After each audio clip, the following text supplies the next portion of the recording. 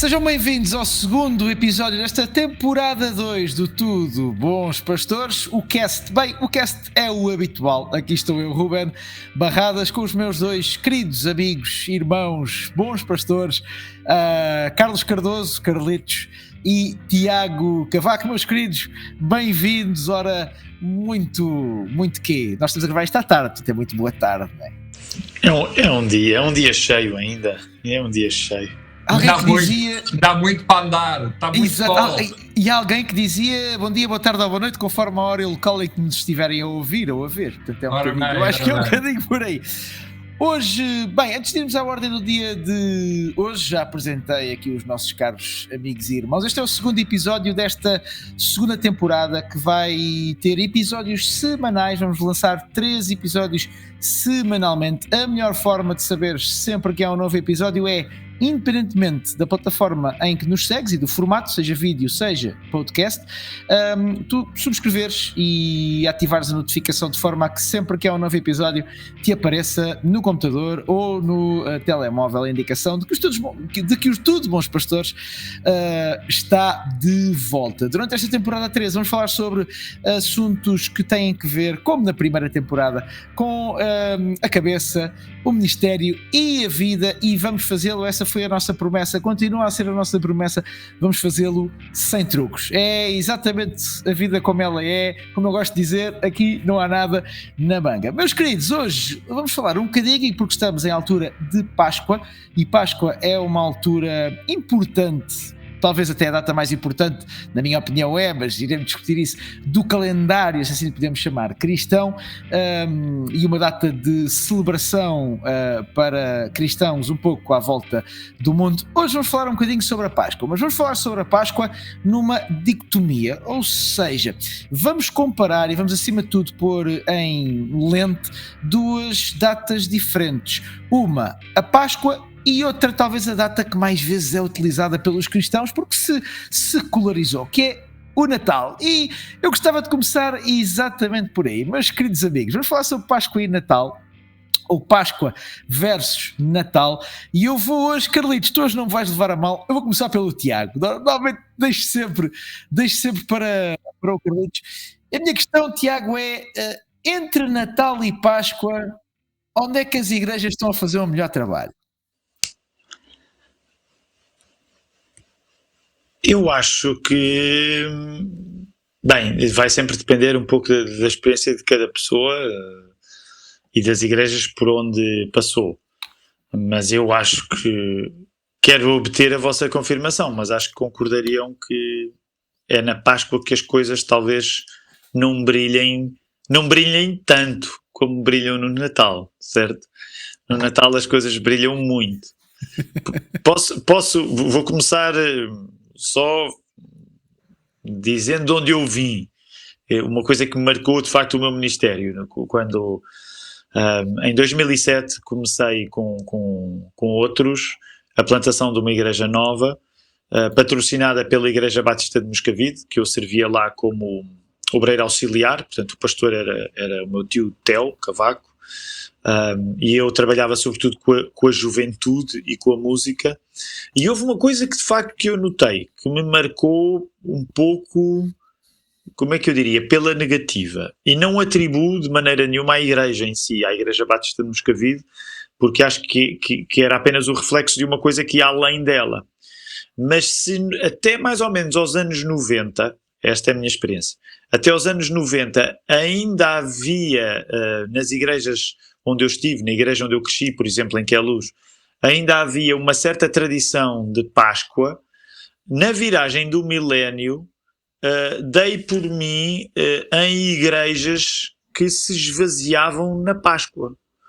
Sobretudo quando, por alguma razão, eram beneficiadas ou prejudicadas com alguma prosperidade.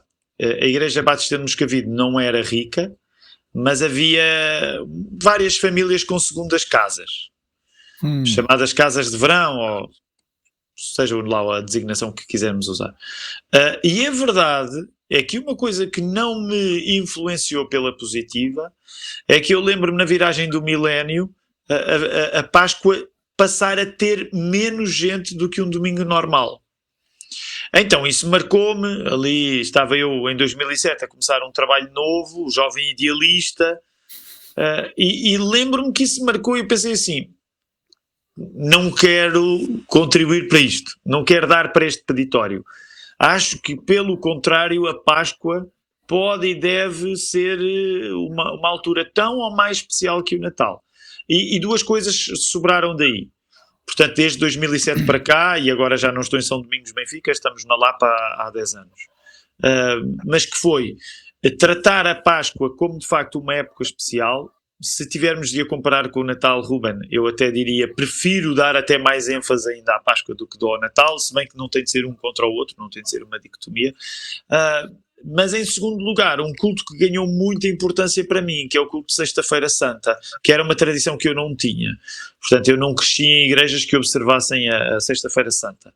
E de 2007, 2008 passei a observá-la. Na altura, porque o meu cunhado, o Tiago Oliveira, que estava na Igreja Batista da Graça, começou a celebrar esse culto, e nós em São Domingos Benfica seguimos um pouco o exemplo dele. Ainda hoje, na Lapa, mantemos, é um culto muito especial, porque é virado sobretudo para a leitura do texto, da morte do Nosso Senhor, e é um culto desavergonhadamente triste. Claro que nós sabemos que a história vai acabar bem, que o sepulcro ficou vazio, mas é um culto desavergonhadamente triste, é um culto virado para lamentarmos, para lermos o texto, até as mensagens, até o sermão geralmente é mais breve, porque queremos compreender o que é que estamos a celebrar no domingo de Páscoa. Portanto, fechando a minha intervenção, eu diria que uma coisa que ironicamente esvaziou algumas igrejas na Páscoa foi a falta da morte.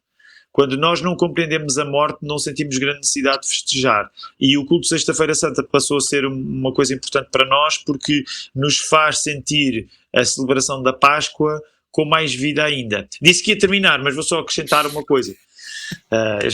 Hoje esperas tu, Carlitos. Vai já, entra já de seguida. Estou a gostar de te ouvir, para matar como isto sempre, pá, como sempre. Nós temos um hábito que algumas igrejas batistas que eu conhecia têm, que é o domingo de manhã, na Páscoa. Já não basta ser Páscoa, mas chamamos um culto da ressurreição. Portanto, vamos para a margem do Rio Tejo e assistimos ao nascer do sol. Portanto, por volta das 6h30 da manhã reunimos-nos e temos um culto da ressurreição lá. Geralmente somos um grupo um pouco mais pequeno do que aquilo que somos na casa de oração, mas mesmo assim andamos ali 70, 80, 90 pessoas, e depois vamos para a igreja, tomamos o pequeno almoço juntos, a igreja, e depois temos o nosso, vamos dizer assim, o nosso culto de Páscoa. Portanto, a Páscoa é muito especial para nós. Eu criar aqui a dicotomia, entendo, eu quando criei aqui, não é spoiler, mas é um bocadinho de bastidores, normalmente a temática é aqui um bocadinho feita por mim e depois partilhada com vocês.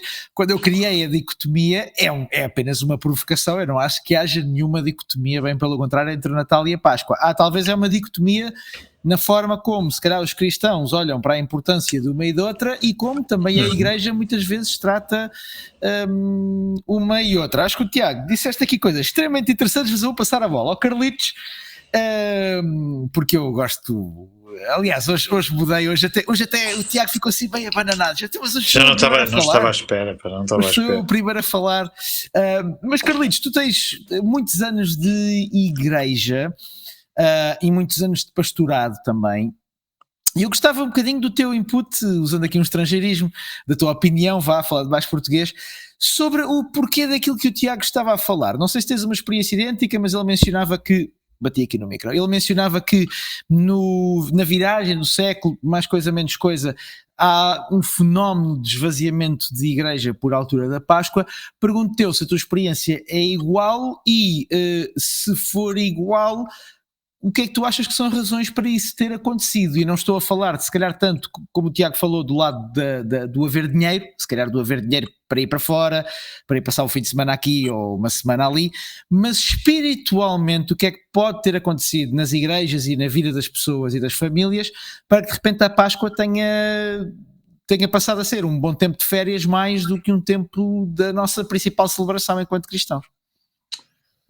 Sim, eu identifico-me com a primeira parte do que o Tiago mencionou. Quando digo me identifico, não significa que da outra parte não tenha ouvido com atenção, mas não é a nossa realidade, né? Até porque ele falou aí um pouco que tem a ver com as tradições batistas, né? E, portanto, a minha tradição não é batista, é pentecostal. Mas identifico-me por isto, porque a minha experiência pastoral, também quando comecei a pastorear aqui a igreja, no quarto século, também era assim, a Páscoa era mais um tempo de família, as pessoas saíam, como o Tiago disse muito bem, as pessoas tinham uma segunda casa, uns no Algarve, outros no interior, etc. E pegavam na família, iam todos, e a Páscoa era um vazio dentro da igreja local. Eu entendi que isso era mau, né? Pessoalmente entendi que isso era mau, porque a Páscoa tem um valor, para mim, do meu ponto de vista, ainda maior que o Natal. Né? Tem um valor ainda maior que o Natal. Como disse o Tiago muito bem, a Páscoa está associada à morte e à ressurreição, e há que celebrar, né? Há que celebrar. Então, nada mais que celebrar em família, e aquilo que nos une, aquilo que de facto é o fundamental. Aliás, Paulo, ao escrever aos Coríntios, né? Ao escrever aos Coríntios, lá no capítulo 15, diz que se Cristo não ressuscitou, é vã a nossa fé. Portanto, a ressurreição é o fundamento de todas as coisas, não é? Então não fazia muito sentido estar a celebrar o Natal com as crianças, vai e puxa o micro daqui, puxa para lá, e vai não sei o quê, e aquilo era uma grande confusão e às tantas ninguém percebia nada, não é? Então achámos, e eu pessoalmente comecei a virar isso, comecei a criar uma cultura de celebração de Páscoa, que é mesmo uma cultura. A cultura são hábitos que se vão enraizando e às vezes demora tempo. Hoje, 24 anos depois, não é? Hoje a Páscoa é realmente uma celebração muito forte. Tal como diz o Tiago aqui, muitos irmãos batistas também me mandam convite, sempre me mandaram para ir assistir ao pôr do sol para a celebração de Páscoa. Mas confesso, eu nunca fui, porque eu senão... eu esvaziava aqui também, não é? Aquilo que era a essência de estarmos juntos enquanto igreja. E eu cheguei aqui, geralmente tinha aqui centenas de pessoas e era um momento em que eu mais trazia pessoas descrentes para ouvir a mensagem do Evangelho. Por incrível que pareça, não é? É o momento em que eu mais pessoas trazia. Então, para ir ver o pôr do sol, só com meia dúzia de camaradas, pastores geralmente, porque os outros não iam, às vezes nem as mulheres iam, não é? Deixa-me só corrigir uma elas coisa. Elas não estavam para nos aturar, era o dia que elas se libertavam de nós para irmos ver o pôr do sol. Assim, vai tu ver o pôr do sol. Eu fico em casa. O Carlitos já está a fazer vítimas. O Carlitos já está a fazer vítimas. É que não é o pôr do sol, é o nascer do sol. Porque o pôr do sol é simples. Preferia abdicar do pôr do sol em vez de no outro dia. É que o pôr do sol é simples, é o nascer do sol. E tomar o meu pequeno almoço em casa, mas depois fazemos uma grande festa lá nas nossas instalações com muita gente, mas mesmo muita gente, centenas de pessoas. Às vezes eram mais as pessoas que eram convidadas que aqueles que lá estavam. Isto demorou anos a construir, certo? Demorou muitos anos a virar aquela página que era aquele tempo de família. Eu dizia, irmãos, é tempo de família, mas é tempo de família cristã. Não é tempo de família para a gente ir comer o cabrito e o peru e essas tretas todas. Não. É tempo de nós celebrarmos a Páscoa, a verdadeira Páscoa, a essência, mas é bom estarmos juntos, mesmo como família. Isso demorou a mudar e hoje a Páscoa tem um significado muito grande para nós, não é? Mas isso são coisas que mudam. Só aqui uma questão, eu tenho esta, eu preciso contar isto, eu preciso contar. E vem a história, eu tenho que contar. Nós prometemos o primeiro episódio, portanto. Sem história não vale nada. Vocês sabem que eu já fui católico romano, eu só me converti aos 20 anos, eu já fui católico romano e já ajudei. Eu já fui sacristão. ajudava na missa. E para os católicos a Páscoa é muito forte, correto? E então dependendo das regiões geográficas do nosso país. E em Angola, nós tínhamos, na minha terra havia muito pessoal que era do Minho, atrás dos montes, e para esse pessoal, a Páscoa é uma coisa... olha, Deus conta, é uma grande festa. E então logo de manhã eu era sacristão, e saíamos com o padre, logo de manhã, às 9 horas da manhã, e nós íamos com o sino, o padre ia com o crucifixo, e entrávamos de casa em casa, começávamos a entrar de casa em casa para eles beijarem o menino, que era o crucifixo, onde estava Jesus, e tal, e então, só que quando a gente lá chegava, estava uma grande mesa posta. Uau! Pá, olha, tudo. E depois era pessoal de Trás-os-Montes, aquela região ali, Minho e tal, pá, era vinho, era tudo. E então era vinho do Porto. E era uma ofensa tu saíres da casa das pessoas sem beberes ou um copinho de vinho do Porto ou uma taça de vinho. Conclusão, eu quando chegava ao 12:30 tinha que trocar de sacristão porque eu estava completamente bêbado. Vinha outro sacristão. Vinha outro sacristão porque eu já estava aviado. Levantava a placa e substituição, saída de sacristão número 1, Carlos Cardoso. Não é que eu quisesse beber, mas era uma ofensa para as pessoas sair de lá sem beber. Eu tinha 16 anos, malta, pá, e à quinta ou sexta casa eu já estava aviado, já estava com uma cabra nos queixos. A Páscoa já estava feita para ti. Nem chegavas ao almoço. A Páscoa nem ao almoço chegava. Embora eu digo-vos uma coisa, Tiago, eu não sei quanto a ti, eu não sei se tenho mais dificuldade a imaginar o Carlitos bêbado ou o sacristão. Não sei qual das duas é mais difícil de imaginar. Então as duas ao mesmo tempo não consigo, o meu cérebro deu um nó já. Já agora, mais uma. Eu era miúdo e então, como eu disse, estava cá em Portugal, tinha 4 ou 5 anos, mas eu tinha um tique nervoso. Eu tinha um tique nervoso, ainda hoje tenho, pisco os olhos, etc. Mas naquela altura eu tinha um tique nervoso, eu ia com a minha mãe pela rua e de vez em quando apetecia-me ajoelhar. Eu sempre tive esta tendência para o religioso, não é? E apetecia-me ajoelhar e eu puxava o braço da minha mãe e a minha mãe levava cada esticão, era um tique nervoso. Um dia fomos celebrar a Páscoa a uma igreja católica na Redinhas, ali para o pé de Pombal, né?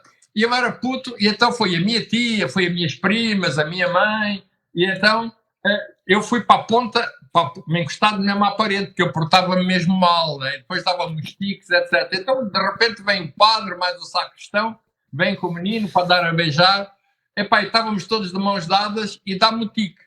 E quando me dá o tique, eu puxo, e como estávamos todos de mãos dadas, olha, aquilo foi efeito dominó, foi tudo por ali fora, tudo a cair, e para ninguém cair, para se aguentar, a minha tia que estava na ponta puxou a batina do padre.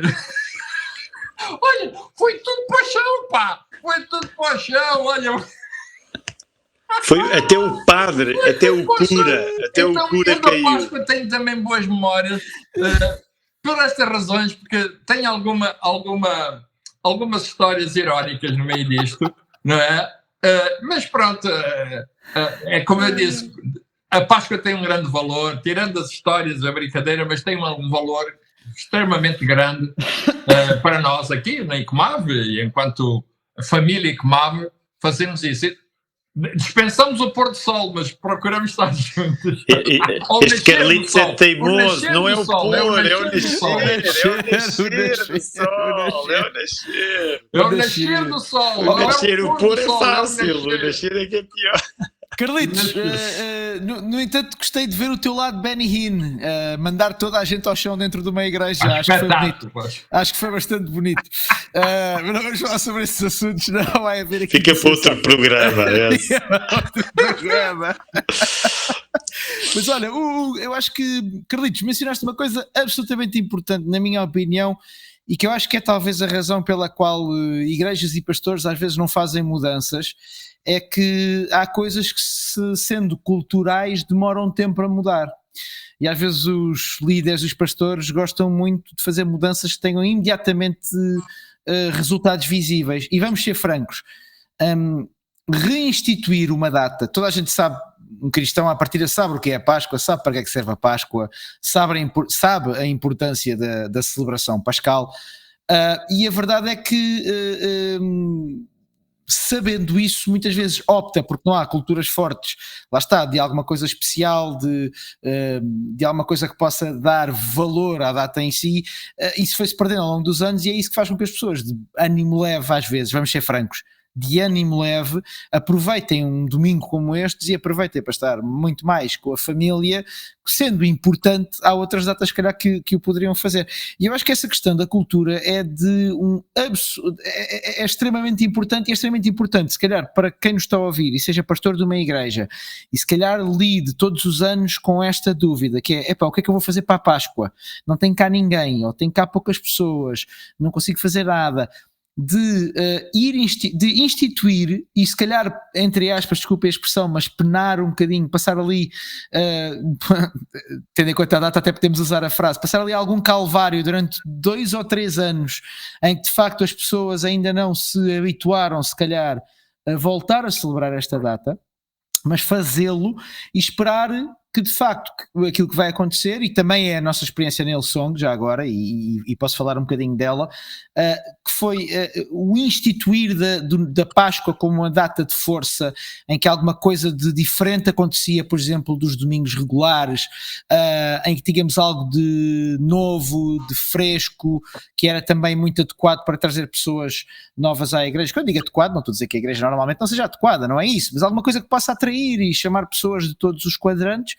E, por exemplo, uma das coisas que aconteceu quando nos tornámos Hillsong, eu não quero estar a mentir, mas eu creio que foi no ano em que nos tornámos Hillsong, foi que começámos as reuniões, as celebrações, as reuniões de Sexta-feira Santa, e ao longo dos anos são reuniões, são cultos, são celebrações que têm ganho um tremendo peso na vida da nossa igreja, e lá está, foi uma coisa que nós criámos que não havia esse hábito, nós não nos reuníamos na sexta-feira Santa. Acredito que muitos de nós observávamos a data na sua família, no lado individual, mas criou-se essa data, já, inclusive durante alguns anos fizemos questão de a fazer em sítios diferentes, centrais, na zona de Lisboa. Lembro que o ano fizemos no Capitólio, algo completamente diferente de um domingo normal, e por 2 vezes, lá está, como era algo já instituído na igreja, por 2 vezes enchemos uma sala mítica e grande como o Capitólio,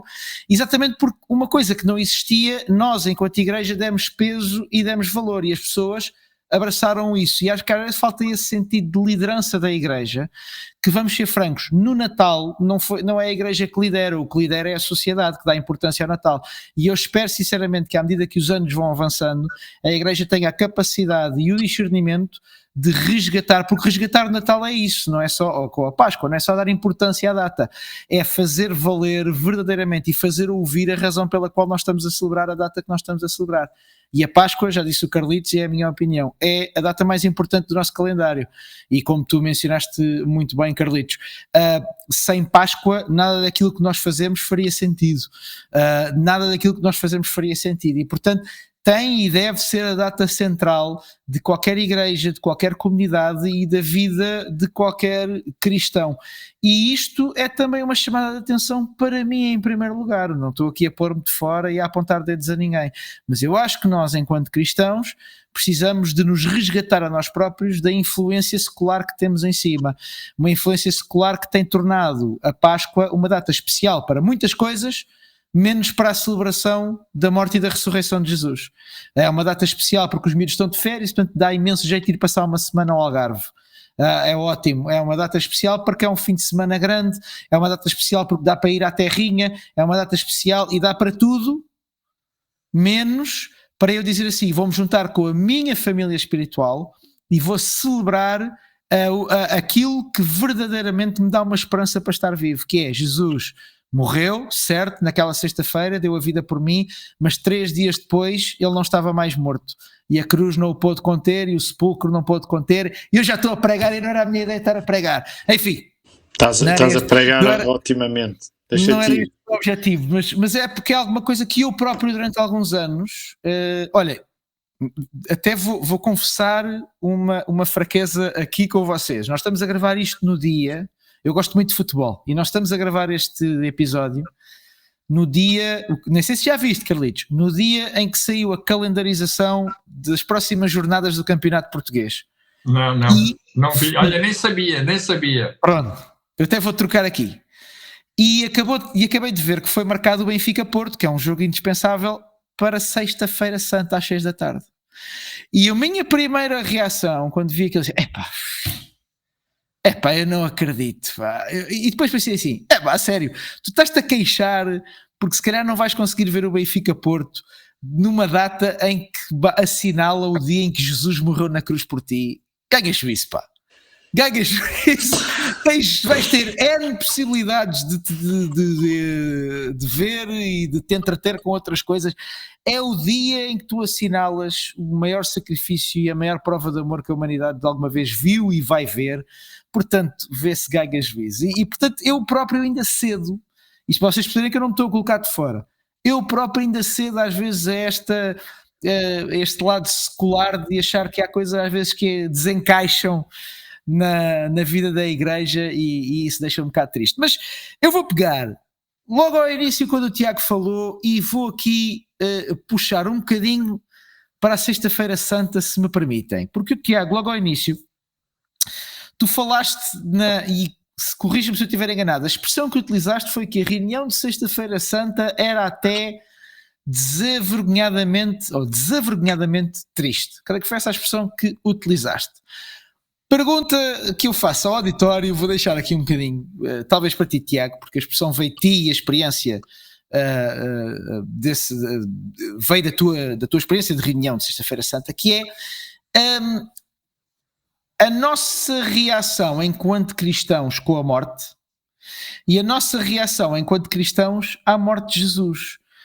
Como é que nós conseguimos? Eu sei que esta é uma pergunta bastante densa, mas como é que nós conseguimos, vou quase que pôr assim, entre aspas, desculpa a expressão, mas como é que é possível fazermos as pazes com uma morte tão brutal de alguém, como foi a de Jesus, e como é que de forma, se calhar até às vezes desavergonhadamente triste, como tu disseste, como é que nós conseguimos tornar isso se calhar até uma celebração, porque sem morte não havia ressurreição?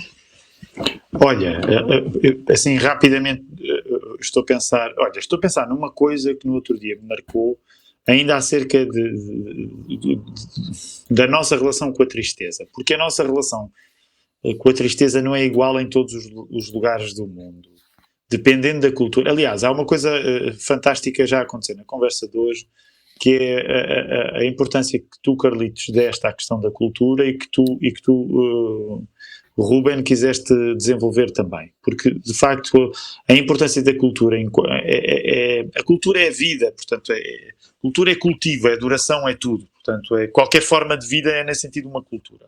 E como vocês apontaram logo muito bem em relação a esta questão da Páscoa, mais do que ser um hábito é a escolha de um cultivo. Vamos cultivar a importância disto, vamos cultivar não é, a árvore que a Páscoa é. E portanto o Carlitos apontou isso de um modo certeiro, quando ele disse, ok, foi uma decisão dele, no ministério dele. E o mesmo tu disseste agora, Ruben, quando disseste, olha, talvez valha a pena demorar aqui alguns anos, penar por alguns anos, para depois termos uma cultura. E há aqui um aspecto da cultura interessante, porque o papel da tristeza não é igual em todos os lugares do mundo. Se nós pensarmos em nós portugueses, e é óbvio que eu estou a caricaturar, mas há caricaturas que eu acho que são úteis, nós portugueses há um espaço dentro do nosso coração para a tristeza que é muito maior do que noutras culturas. Certo. Fazemos a comparação geralmente clássica no meio evangélico em Portugal com a cultura norte-americana e com a cultura brasileira, porque quer os norte-americanos, quer os brasileiros, obviamente são pessoas como nós e também se entristecem, mas eles não se entristecem da maneira como nós nos entristecemos portugueses.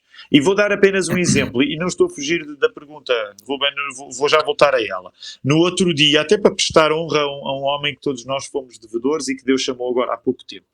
No outro dia, quando foi o funeral do Samuel Pinheiro, que eu tive o privilégio de trabalhar mais de 10 anos com ele nos programas da Aliança Evangélica Portuguesa, e estranhamente, não sei porquê, mas tudo bem, mas o lugar do funeral foi na Igreja Católica da Amadora, ainda por cima eu sou da Amadora, conheço bem, o sítio era ínfimo, era minúsculo, e foi uma confusão porque ficou logo cheio e resultado, a maior parte das pessoas estava fora e nos corredores. E então estávamos, nem dava para assistir ao serviço fúnebre. Mas a determinada altura havia hinos, e começa-se a cantar a Rude Cruz. E graças a Deus, como vocês sabem, nas tradições, nem sempre a tradução dos grandes hinos coincide entre, por exemplo, pentecostais e batistas. Yeah. Quis Deus que coincidisse na Rude Cruz. E quando se começa a cantar a Rude Cruz lá dentro, na sala mortuária, e o pessoal começa de fora no corredor, porque parecíamos uma lata de sardinhas, começa a cantar, é um hino, foi um dos momentos mais bonitos que eu vivi nos últimos tempos, porque de facto tu tinhas ali o Estado-Maior, vamos dizer assim, do nosso meio evangélico, porque o Samuel foi uma pessoa incrível, de trabalho, e começamos a cantar a Rude Cruz, que é curiosamente um dos hinos que geralmente nós fazemos questão de cantar na Sexta-feira Santa, e tu percebes que portugueses a cantar na Rude Cruz, apesar do hino ser norte-americano, aquilo é especial. E depois quando eu estava a contar isso alguns irmãos da minha igreja, eles diziam, porque a Rude Cruz na prática é um fado para nós que somos portugueses, de facto nós cantamos a Rude Cruz com uma grande intensidade, porque somos um povo com muita tristeza para dar ao mundo. É o fado, não é? Aquilo é um fado, de facto. Portanto, isto que começo por aqui, por esta história, obviamente para me aproveitar da circunstância e lembrar, de fazermos uma lembrança da memória saudosa do Samuel, mas de dizer que, dependendo da cultura, a nossa relação com a tristeza é especial. E eu acho que isso se aplica a nós portugueses de um modo geral. Agora, é verdade que em grande parte, pelo facto de sermos protestantes, pelo facto de sermos evangélicos, que é considerado uma coisa muito distinta da nossa própria cultura portuguesa, porque se confunde com o catolicismo, nós muitas vezes pegámos em tudo aquilo que nos parecia demasiado católico e quisemos nos ver livre disso. Eu não cresci, só para vos explicar, a minha igreja tem de facto a tradição da Sexta-feira Santa, mas eu não conheço muitas igrejas batistas com essa tradição, porque não é uma tradição.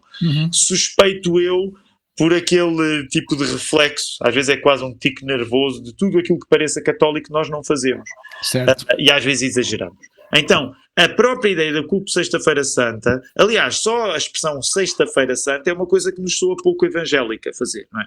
Agora, foi por isso que à medida que eu lembro-me, não me lembro do ano exato, mas o primeiro culto de Sexta-feira Santa, que naquela fase em que eu estava a abrir a Igreja Nova, eu assisti, dirigido pelo meu cunhado Tiago, na Igreja Batista de Graça, foi sobretudo concentrado na leitura do texto da morte de Jesus. E pouco ou nada o Tiago acrescentou, o meu cunhado acrescentou. E aquilo teve um peso tão grande porque eu nunca tinha estado num serviço de culto em que a leitura calma, demorada,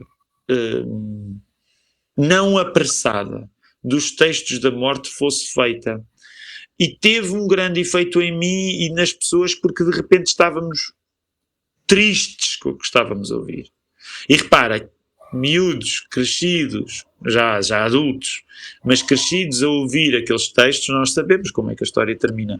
Mas a nossa exposição àquele sacrifício levou-nos para os 2 dias seguintes, essa sexta-feira ainda, e um sábado que não foram iguais às Páscoas anteriores, porque passámos o sábado marcados pela força da tristeza que tínhamos sentido naquele culto. E foi isso que na altura, na abertura do trabalho da Igreja Nova, eu quero cultivar esta tristeza, eu quero cultivar, porque percebemos que quando chegámos ao domingo, nós estávamos de facto mais alegres. Eu não quero convidar ninguém a simular tristezas que não sente. A pessoa pode ir a um culto de Sexta-feira Santa e aquilo não lhe dizer nada. Ou pode até haver uma tónica mais alegre. Eu não me oponho necessariamente a isso. Mas o que eu sei também na minha experiência e com o texto da Palavra de Deus aberta é que se eu me exponho aos acontecimentos e os ouço, a minha alma vai responder de acordo à coisa triste que aconteceu ao Senhor que nós amamos, que é Jesus. E isso insuflou a energia para domingo. Nem pensar, para que é que eu me vou meter num plano? Bem, eu sou um tipo abençoado porque eu não tenho segunda casa, que é logo uma bênção, porque Jesus disse que é difícil um rico entrar no reino dos céus, portanto, como o John Piper diz, para que é que eu quero ser rico? Já é difícil salvar-me, se for rico ainda mais difícil fica.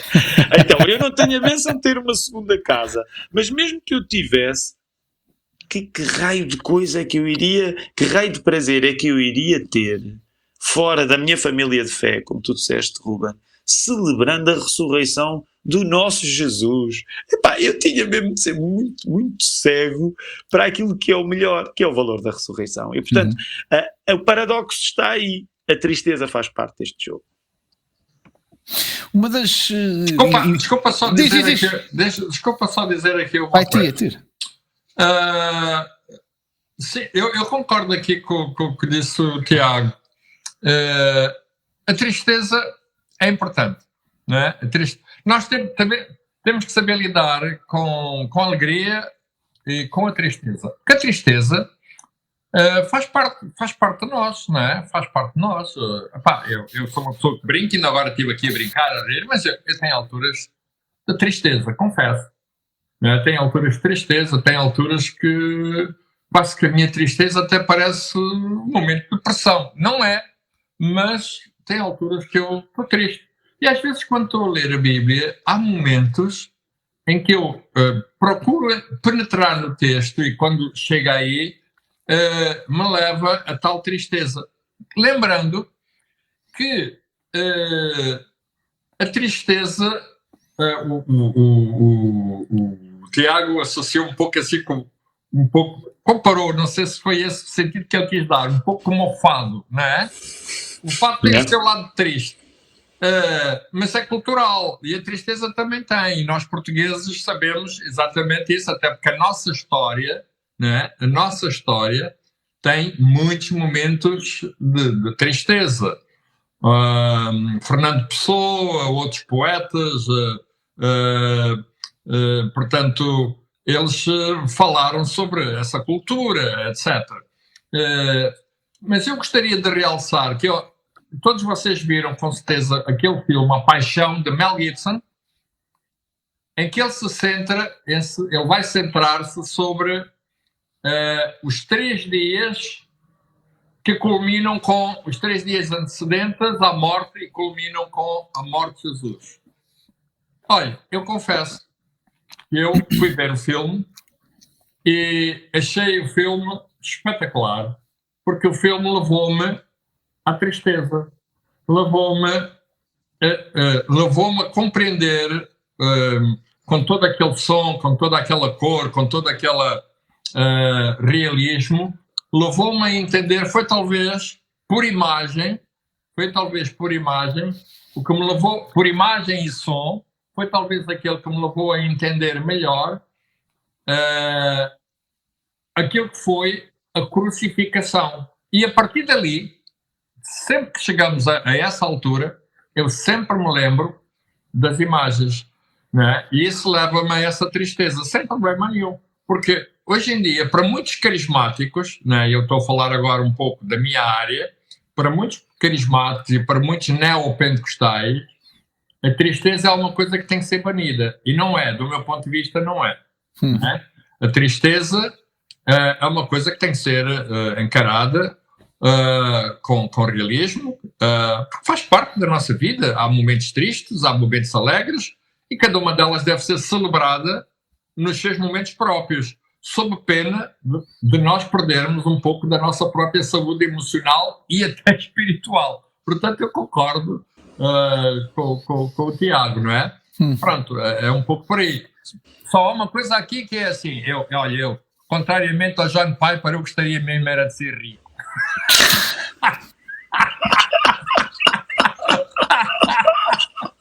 Eu logo vi que isto estava muito direitinho. Eu logo vi é impressão minha. Isto tinha de vir aqui. Vamos ter que fazer um programa sobre a prosperidade, que é para ter aqui um programa. Olha, eu acho que era. É isso, eu sou a favor. Vamos aí, um salve sobre prosperidade. Enfim. Carlitos, deixa-me só dar uma chega. Tu falavas aí de que há nos carismáticos, não só, mas essa quase que uma tendência de depreciar ou querer banir a tristeza. A minha única dúvida é se não estamos... eu vejo, por exemplo, que nesse lado, entre aspas, muitas vezes não é tanta tristeza, é mais a dor. Há uma tentativa de banir a dor, a circunstância adversa. Aliás, muitos movimentos neopentecostais tornaram, por exemplo, coisas como a doença, a dor, a adversidade sinónimos de presença de pecado, por exemplo. Maldição. Exatamente. O que, segundo o Novo Testamento, eu não encontro. Eu biblicamente nem sequer encontro onde raio é que eles vão buscar isso. Também não. Porque não faz sentido nenhum. Mas acho que há uma e usando um bocadinho, acho e eu sou coach certificado, eu certifiquei-me na área do coaching, mas acho que a na altura houve aqui uma demasiada grande mistura entre os conceitos do Evangelho e do coaching. Então acha-se que o trabalho do Evangelho, o trabalho do pastor é, como tu disseste, é criar estratégias nos crentes de afastamento da dor, e isso não é verdade. E eu acho que esse é um ponto que talvez nos ajude também a fazer as pazes com a Páscoa, porque a Páscoa tem um lado de dor. Eu fui ver o filme ao cinema, A Paixão de Cristo. Eu chorei de desidratar, Carlitos. Exatamente. Eu chorei, eu fui ver com a minha mulher, já nem me lembro se ainda éramos casados. Ou se já éramos casados, aliás. Eu chorei de desidratar, eu solucei, eu até não sou assim uma pessoa tão difícil de chorar, mas Jesus Senhor, eu revolvi-me na cadeira. Chorei. Também posso dizer uma coisa, faço uma crítica ao filme, como faço uma crítica às pessoas ou aos cristãos que observam, no meu entender, de uma forma excessiva, o lado triste, porque também acho que, e essa foi a minha única crítica na altura que eu fiz à Paixão de Cristo, que é, faltou a vitória. Mas penso que nenhum de nós aqui está a exaltar isso, não é? Não, mas eu estou a dizer, o que é que eu estou a dizer em relação, que é, a Páscoa fica incompleta, claro, sem a tristeza, e fica incompleta sem a celebração da vitória. E portanto há que encontrar individualmente e enquanto igreja o equilíbrio de celebrar e de observar aquilo que tem que ser em cada um dos seus momentos e em cada um dos seus dias. Eu posso dizer, por exemplo, que não há hoje, praticamente, eu não me lembro da última Sexta-feira Santa em que não chorei, em que, confrontado com o momento, com as imagens, com os pensamentos sobre aquilo que Jesus passou, em que de facto o meu coração não ficou constrangido e isso não resultou numa manifestação física de tristeza. Robert, deixa-me só dizer-te isso. Contrariamente ao que muitas pessoas dizem, eu prego muitas vezes sobre a cruz. Muitas vezes eu prego sobre a cruz, não é? A mensagem da cruz. Tal como dizia Paulo, ela é o poder de Deus para a salvação. E eu creio nisso firmemente. E eu prego imensas vezes sobre a cruz, correto? E olha, vou-vos dizer, raramente, na minha mensagem sobre a cruz, eu deixo de me emocionar e de chorar. Raramente. Porque é de tal maneira forte, eu procuro de tal maneira, ao pregar a mensagem da cruz, não é? Fazer com que as pessoas que me estão a ouvir percebam a dor que Jesus teve. Não é difícil, não, isso é impossível, não é? Não consigo, lógico, mas deixa-me cá ver, em termos de comunicação, eu procuro fazer com que os meus próprios sentimentos, as minhas emoções, possam passar na mensagem para as pessoas que possam entender aquilo que de facto foi a cruz do Calvário. Porque para mim esse é o lado estético da coisa, não é? É o lado estético, é o lado da dor. se tirarmos a dor, nós tiramos essa estética. Isso. Do meu ponto de vista. Do meu ponto de vista apenas, se calhar estou errado. Não, concordo, Carlitos, mas atenção, eu não, em momento algum estava a discordar aqui de ti. Eu gosto de observar, isto parece um bocado masoquista, mas eu gosto de observar a dor de Jesus, porque eu acho que ao observar e pensar na dor de Cristo, fico mais próximo de entender e de me conectar verdadeiramente àquilo que ele fez e de ter como é que eu hei de explicar isto? Eu acho que a observância dessa dor e a observância do limite ao qual Jesus se levou e foi levado é uma marca que fortalece a minha fé. A mim fortalece a minha fé. A mim fortalece a minha fé. A minha única observação em relação a isto é relativa a um determinado ramo, com há bocadinho que falavas nos carismáticos que se observam, não gostam de observar a tristeza e fogem à dor. Há também, se calhar em menor número e se calhar menos ruidosos, mas há também uma espécie de uma elite muitas vezes cristã, elite cristã autoconsiderada, digamos assim, ou autonomeada, que acha que a celebração tem um lugar menor na liturgia pascal e mesmo na própria liturgia cristã.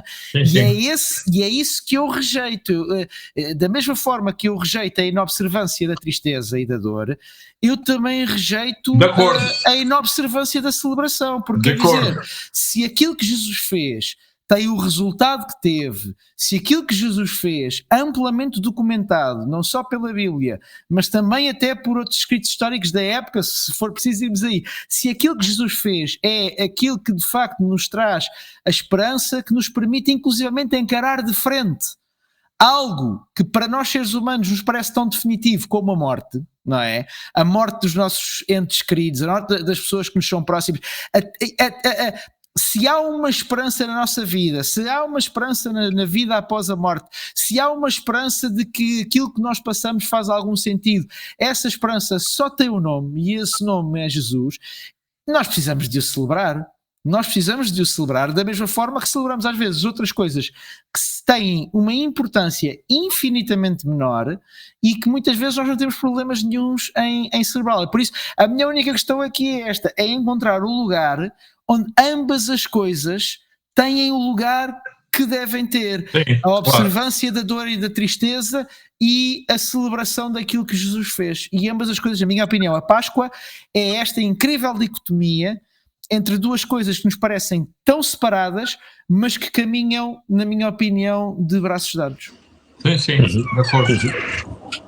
Meus queridos, nós estamos a bater aqui no nosso tempo. Tiago, não sei se tu queres acrescentar alguma coisa e fechar o nosso programa, não com uma palavra de oração, mas um dia destes temos que acabar com a palavra de oração.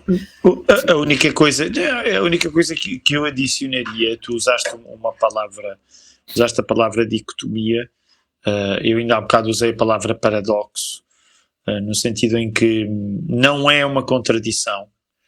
É de facto alguma coisa que é tão maior do que nós não sabemos conter essa coisa, não é?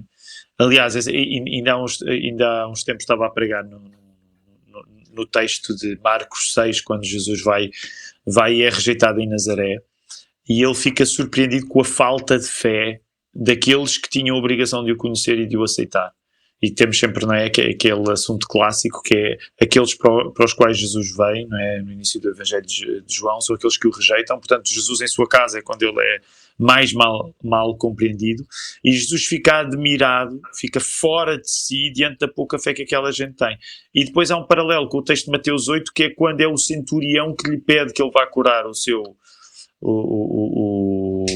servo. O seu servo, e que Jesus prontifica-se e ele diz, não, nem sequer precisas de entrar na minha casa, basta que tu digas, basta que tu fales, que dês a tua palavra, porque eu também tenho os meus homens, eu falo e acontece, estou a parafrasear, não é? Eu falo e acontece, muito mais tu. E Jesus, novamente, o verbo é o mesmo, vem da palavra entumazen, do grego, de ficar fora de si. Portanto, e Jesus aí fica pela positiva fora de si, porque de repente há ali uma fé incrível, vinda da pessoa de quem a gente não espera, portanto, os de casa não recebem e os estrangeiros recebem. Porquê é que eu estou a dar esta volta? Porque a nossa relação com a Páscoa, na sua dimensão de tristeza e na sua dimensão de alegria, é a mesma coisa. É nós ficarmos fora de nós próprios. A reação que Deus suscita em nós vai além do nosso controlo. E é precisamente por isso que é capaz de se demonstrar em tristeza e demonstrar-se em alegria. O problema é precisamente quando nós queremos controlar as reações que o Evangelho quer provocar em nós. Claro que optamos por aquelas que nos são agradáveis e geralmente vamos dizer, não, claro, tem de ser só a alegria. Depois a tal ironia, que é que se nós quisermos só a alegria e não tivermos espaço para aquilo que é triste, a alegria vai se esvaziar porque não vai ganhar contrapeso, não vai ter contrapeso. E foi isso que eu senti a crescer, é que a própria alegria da festa da Páscoa se foi esvaziando para as casas de campo, para as casas de férias, para a prosperidade que pudesse colocar as pessoas noutra órbita que não a da igreja, e que o segredo, vamos dizer assim, o segredo estava precisamente no espaço de vamos deixar que a palavra nos leve a lugares desconfortáveis, que vão além do nosso controle, que podem significar a tristeza, mas depois lá está a surpresa, o tal paradoxo, a alegria é muito maior quando a gente se prepara naquela manhã gloriosa para celebrar que Jesus nasceu e o túmulo ficou vazio. E assim fechamos o nosso programa, onde falámos um pouco de Páscoa e de cultura eu acho que ainda estamos e vamos passar a vida toda a aprender a celebrar a Páscoa, como tu disseste, Tiago. Isto está para lá da nossa compreensão. E eu acho que também há aqui uma dimensão muito pessoal da nossa própria aprendizagem, de lidarmos com coisas tão diferentes, mas tão complementares. Enfim, foi o nosso programa, foi o nosso segundo episódio de Tudo Bons Pastores. Quero-te lembrar que podes deixar a tua pergunta. No final da temporada vamos estar a responder a muitas, aquelas que for possível responder num programa especial só para limpar as dúvidas que possa haver e as questões e as curiosidades que vocês queiram saber aí desse lado. A todos vocês, uma feliz Páscoa. Que seja um tempo de observação daquilo que Jesus fez, mas também de celebração, e que possa verdadeiramente, e se tem alguém desse lado que se calhar caiu aqui de paraquedas, olha, e nunca se calhar celebrou a Páscoa desta forma, que possa ser Páscoa. Eu sei que isto é uma frase feita, mas é verdadeira. Que possa ser Páscoa na vossa vida e que este possa ser um tempo de descoberta de quem Jesus foi, mas acima de tudo quem Jesus ainda hoje é e daquilo que ele significa para cada um de nós. Já sabem que este Tudo Bons Pastores, aqui falamos de tudo, falamos da cabeça, da vida, do ministério e sempre sem truques. Grande abraço.